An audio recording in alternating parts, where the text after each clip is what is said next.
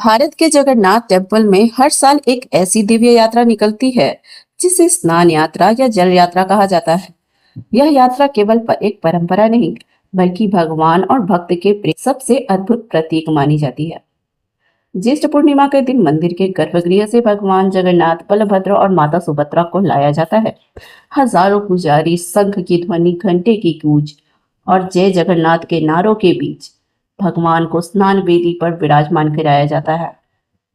फिर शुरू होती है वह दिव्य दृश्य जिसे देखने के लिए लाखों भक्त दुनिया भर से पहुंचते हैं। 108 पवित्र कलशों से भरा जल मंत्रोच्चारण के साथ भगवान को अर्पित किया जाता है। कहा जाता है कि यह जल केवल साधारण जल नहीं होते, बल्कि इसमें कई पवित्र तीर्थों का आध्यात्मिक स्पर्श माना जाता है। जब भगवान का स्नान पूरा होता है तो उन्हें गजवेश में सजाया जाता है।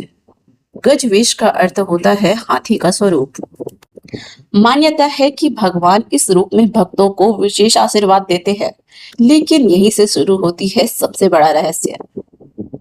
इतना विशाल स्नान के बाद भगवान बीमार पड़ जाते हैं।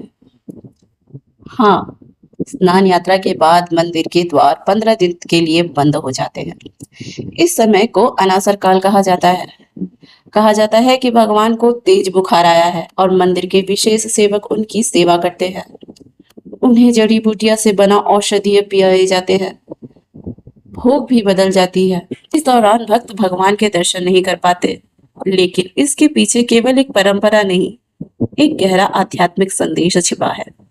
भगवान जगन्नाथ अपने भक्तों को यह एहसास कराते हैं कि ईश्वर भी अपने भक्तों के प्रेम और भावनाओं से जुड़े होते हैं।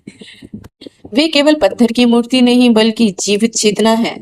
15 दिन का विश्राम के बाद भगवान फिर से भक्तों को दर्शन देते हैं और फिर निकलती है दुनिया की सबसे प्रसिद्ध यात्राओं में से एक, जगन्नाथपुरी की रथ यात्रा, जहां भगवान स्वयं अपने भक्तों के बीच आते हैं।